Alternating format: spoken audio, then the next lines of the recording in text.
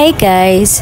So for today's vlog, so nakikita nyo, nakasakay kami sa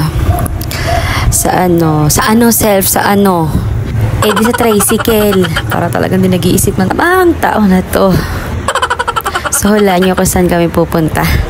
Ay! Ginawang manghuhula talaga ng tao na to. Hindi ka gaganyan, self!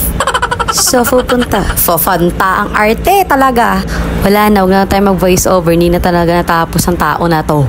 So, pupunta kami ngayon dun sa far away. Cherries, hindi nakakatawa. So, pupunta kami sa Venice McKinley Hill. So, ayan guys, nandito na kami, diba? Ang bilis. Pagbaba mo ng jeep, syempre rin yung makikita mo dyan. So, may pa-bunny sila. Bunny ba yan? Ewan ko. So, ayun, naglalakad na nga pala kami, guys. So, sinabi nga pala ng ate ko na paglakad nga lang daw namin dun sa may McKinley Hill Station. Meron daw dun, guys, na minibus. Ayan, yan dyan sa McKinley Hill Station. So, mag-iintay lang kayo dyan, guys, na minibus. Libre daw yung papunta sa McKinley. So, hindi kami nakasakay dyan, guys, kaya naglakad na lang kami kasi ang tagal niyang dumating. Aabutin na kami ng anong oras, wala pa rin siya. Kaya nag-decide na lang kami ng lakarin na lang namin hanggang dun sa Venice. So, hindi ko pala nasabi guys kasi malapit lang din dito yung ate ko. Kaya mabilis lang din kami nakakapunta dito. So, pagbaba nyo nga pala ng jeep, maglalakad pa kayo papasok dyan sa Venice o sa McKinley bago kayo makarating sa pinakang entrance. Pero kasi kami nag-jeep lang kami, diba? Nakita nyo naman. So kayo, bahala kayo kung magta-taxi kayo.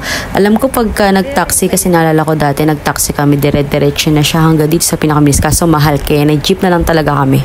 Ayun, share ko lang. So nandito na nga pala kami guys sa loob ng Venice or sa McKinley. So pagpasok mo yun, and may makikita kayo dyan. Hindi ko alam kung waiting area yan. Basta dyan kami nag-intay sa ate ko. Tsaka may nakita kami mga cute na doggy. Hi baby! Kamukha siya ni Sid tsaka ni Princess. Charis! So hindi rin nagtagal, nakita na nga rin pala kami ni ate at nag-ikot-ikot na kami sa loob. So yung may nakita kami gano'n, mascot at tatawag sa gano'n. Hindi ko alam. Diyan pwede kayo magpa-picture sa kanila, tapos magbibigay kayo ng donation or bala kayo kung magkano. Nagpakit na naman ako dyan, no? So, pagpasok mo sa loob, sa gitna, makikita mo na rin naman agad dyan yung parang pool dyan. Sa mga buildings. So, ang ganda, diba, guys? Basta ang ganda talaga dyan. Kaya lagi rin namin binabalikan tong Venice. Ito yung favorite ko dito, yung BGC at saka yung Venice. Kasi malapit lang din naman pasyalan. So, yun, inaaya na kami ni ko yung pa-picture daw kami sa kanya. At yan, nakita ko nga pala dyan, guys, si Thanos. Bakit pinatay mo si Iron Man, Thanos? Move on na, girl! Isa pa to si Patrick, di ko lang na-videohan kayo na. Pero paano talaga siya sa'yo nang sa'yo lang pumapansin sa kanya. Kaya ako na lang pumansin.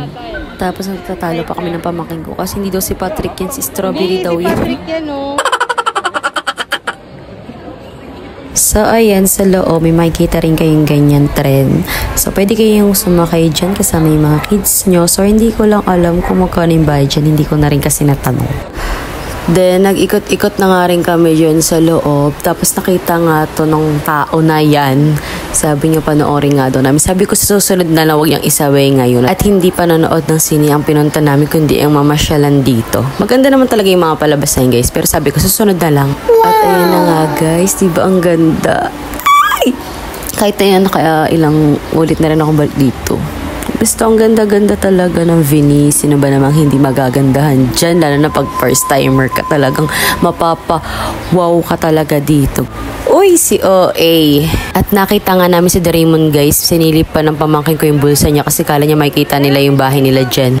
At ayan nga yung bangka dyan, guys. So, oo, tama. Pwede kayong sumakay dyan sa mga hindi pa nakakaalam or nakarating dito. Pag nagpunta kayo dito, pwede kayong sumakay dyan. Yun nga lang may bayad.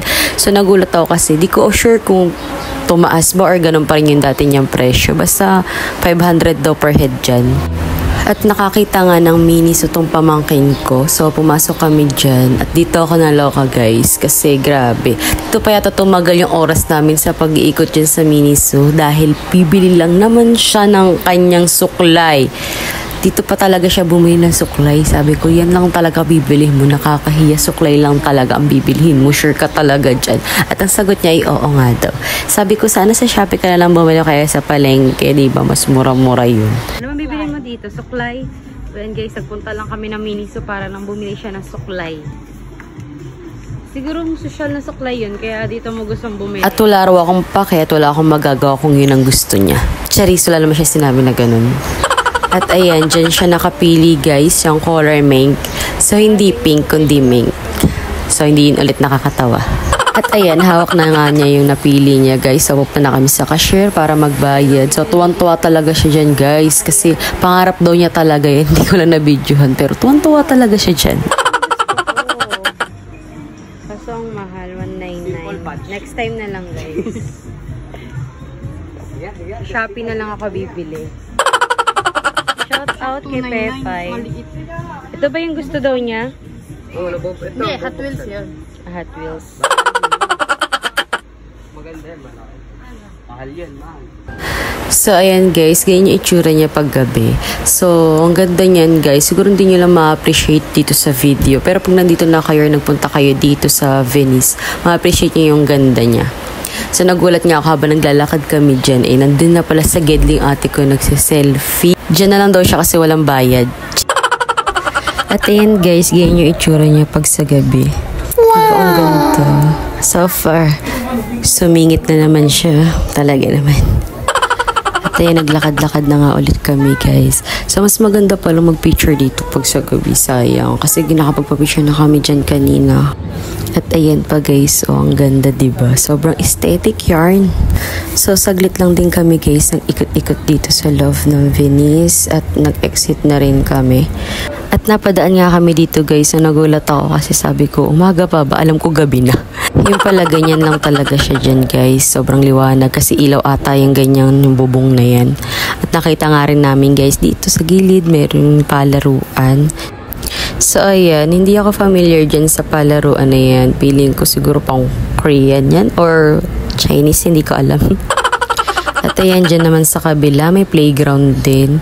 So yun, share ko lang din naman guys. So habang lalakad kami palabas, at nakita nga namin tong store ng YOLO. So nag-heart na naman ang mata ko. Sobrang gaganda.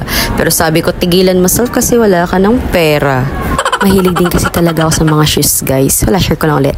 Pagka-exit nga namin guys, tsaka ko lang naalala na hindi ko napunta yung pinakang gustong kong puntahan. Bakit nga ba ganun, no?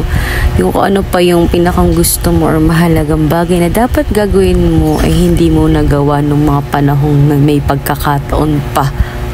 Ano daw? Ba't ba napunta dun sa ganon?